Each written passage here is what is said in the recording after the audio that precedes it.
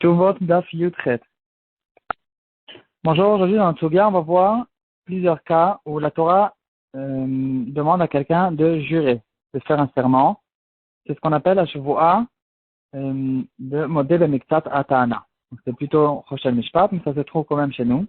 On va essayer de résumer les halachot qui se trouvent dans la partie Choshel Mishpat Siman Aïné dans le Shulchan Aruch. Les halachot qui sont ramenés déjà dans notre Gemara. On va les reprendre dans le Shulchan Aruch comme on a l'habitude de faire. La halakha elle est claire que quand quelqu'un il demande, il dit à quelqu'un d'autre, tu me dois, on va dire, 100 euros. Et le deuxième, il lui dit, non, c'est pas vrai, je te dois que 50 euros. Parce que je t'ai emprunté que 50 ou je t'ai rendu 50. Dans ce cas-là, il y a une shvu'a minatora. Donc les dayanim, ils vont venir et ils vont dire à celui ça s'appelle le modèle Miktat Atana, ils vont lui dire de jurer que c'est vrai qu'il lui doit que 50 euros. Après qu'il a juré, on va le croire. Et c'est tout, il va lui rendre les 50 euros et revenir à la maison. Entre parenthèses, les shvuot qui sont minatora, il n'y a que dans trois cas où la Torah elle-même, elle nous dit de faire une shvuah. C'est celle-là, modèle Miktat Atana, la shvuah de Ed Echad, quand il y a un seul témoin qui dit que Reuven il doit de l'argent à Shimon, et shvuah de Shomrim, c'est dans un cas où quelqu'un l'a donné à garder un objet ou de l'argent chez quelqu'un d'autre, et l'autre il dit, par exemple, ça a été volé Béonès, ou bien il dit que tu m'as rien donné à garder, etc. Ça, c'est ce qu'on appelle Shvuat Shomrim, et dans ce cas-là aussi, il y a une Shvuah Minatora. Donc, le siman dessus, c'est Shema, comme Shema Israël. Shin, Mem, Ain. Shomrim, Modèle de Miktat et Edechat.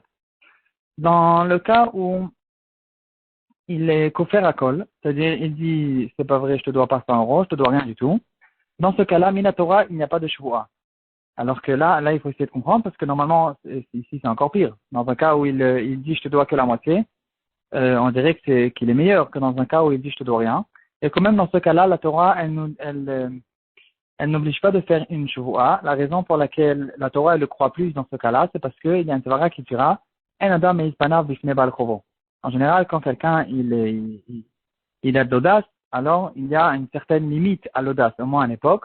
Et donc, dans ce cas-là, quand quelqu'un il dit je te dois rien du tout, on suppose que c'est vrai ce qu'il dit, parce que dans un cas où il va mentir, il n'aurait pas eu l'audace de dire je te dois rien du tout, il va essayer de dire juste je te dois que la moitié, il essaie de le repousser, et il compte payer plus tard, etc. Et dans ce cas-là, il n'y a pas de shuvah minatora, il y aura par contre une shuvah qui est miderabanan. Une autre halakha qui a été ramenée dans la Gemara, c'est quand quelqu'un il vient chez quelqu'un d'autre. Par exemple, moi, je vais chez un tel et je lui dis, sache que je t'ai emprunté 100 euros et je t'ai déjà rendu 50 euros à l'époque. Maintenant, je suis intéressé de te rendre les 50 euros. Dans ce cas-là, est-ce qu'on dira que c'est considéré aussi comme quelqu'un qui est modèle de Miktat Atana?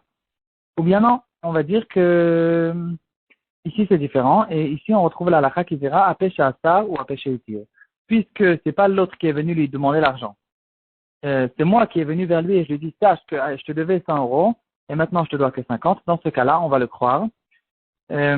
Si l'autre il lui disait, oui, bien sûr, je savais très bien, je me rappelle très bien que je t'avais prêté 100 euros et en plus je comptais te les demander. Dans ce cas-là, il devra faire une shvuah, bien sûr. La logique dira que si c'est comme ça, chaque personne qui doit de l'argent à quelqu'un d'autre, il viendra de lui-même de son propre gré le lendemain, il va dire, sache que je t'ai rendu 50 euros sur les 100 euros. Et on va dire un pêche à ça, un pêche à tir, bien sûr qu'on ne va pas dire ça. Si tout de suite on voit qu'il dit, bien sûr, je me rappelle très bien que tu me dois de l'argent, et c'est pas vrai, tu me dois 100 euros et pas 50 euros. Dans ce cas-là, il sera chayav une shvuah, il y aura quand même une marquette là-dessus, si on revient à la shvuah minatora, ou bien c'est quand même une shvuah miderabanan.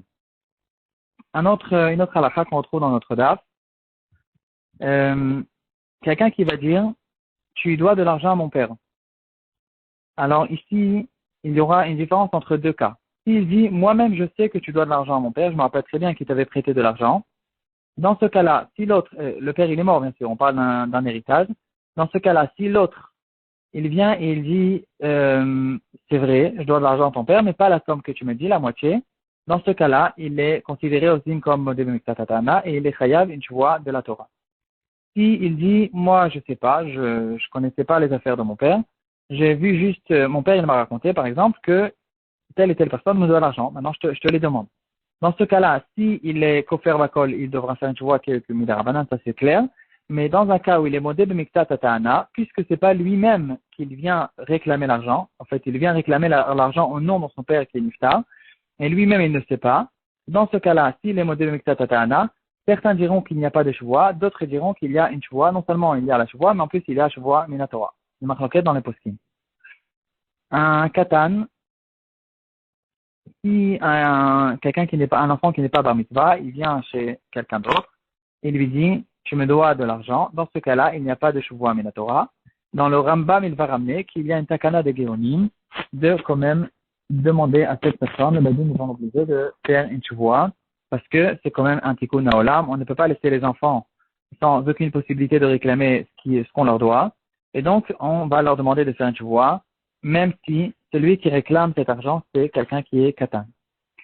Et maintenant, on va en arriver à certains cas intéressants que vont ramener dans les poskim qui ressortent au fait de ces halachot. Quel est le din dans un cas où je fais jurer quelqu'un dans le bedin, c'est-à-dire, moi, je lui ai réclamé de l'argent, lui, il a dit, je te dois que la moitié, et donc maintenant, à cause de moi, il va faire une chouva. Et moi, par contre, je connais cette personne, je le connais très bien, et je sais que ça ne va pas lui déranger, même de faire une chouva sheker. Il va mentir, il va faire un serment mensonger.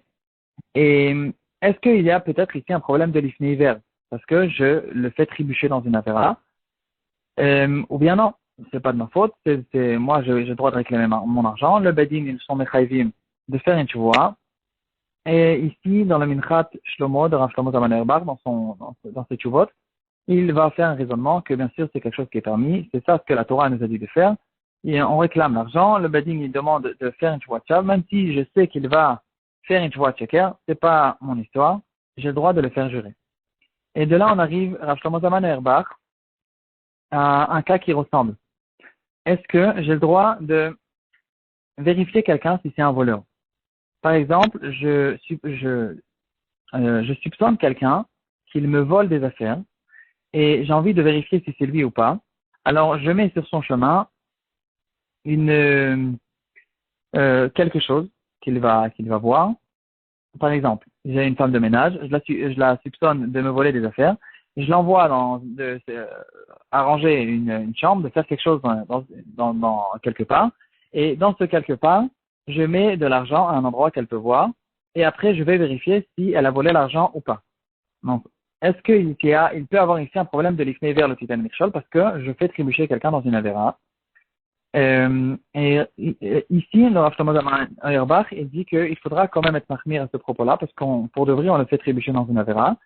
Et il dit que même dans un cas où je suis intéressé juste pour vérifier, et donc je vais être mouchel sur cet argent, ou bien carrément, je veux dire, cet argent il est efficace, et donc dans cette action, que la femme de ménage elle va prendre l'argent, ça ne va pas être considéré comme du vol, même dans ce cas-là, c'est considéré comme une avéra, parce qu'il y a une Gemara qui dira que quelqu'un qui est intéressé de manger du cochon, et il va dans un restaurant, il demande sa part de cochon, et finalement, le serveur, il s'est trompé, et il lui a donné de la viande qui est cachère.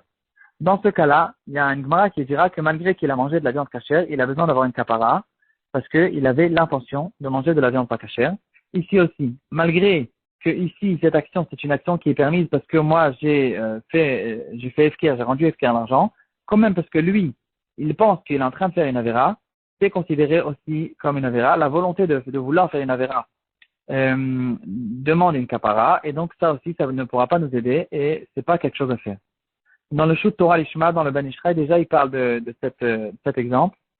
Il soupçonne son serviteur ou quelqu'un qui l'aide dans la maison, il le soupçonne de voler des choses, et il jette de l'argent quelque part, ou bien il lui dit, va me faire un envoyé, va m'envoyer de l'argent à un copain, je dois lui faire passer l'argent, et il lui donne une enveloppe, il lui dit, regarde, dans cette enveloppe, il y a 100 euros. Et il lui met au fait 120 euros, et il lui dit, compte bien qu'il y a suffisamment d'argent. Et de cette manière-là, il va vérifier s'il va voler les 20 euros supplémentaires, parce qu'il ne peut pas voler les 100 euros, mais il va se dire, sûrement il s'est trompé, il a mis 120 euros, il va prendre les 20 euros, il va donner les 100 euros, et après il va demander à son copain s'il a donné toute l'enveloppe ou pas. Ou bien, s'il va lui ramener l'argent, il va dire, regarde, il y avait de l'argent en plus. Et de cette manière-là, il vérifie si cette personne c'est un voleur ou pas. Ici aussi, le Ben Ishraï, il ne va pas permettre. Il va dire que c'est pas quelque chose à faire. Il faut trouver une autre manière de voir si c'est un voleur ou pas.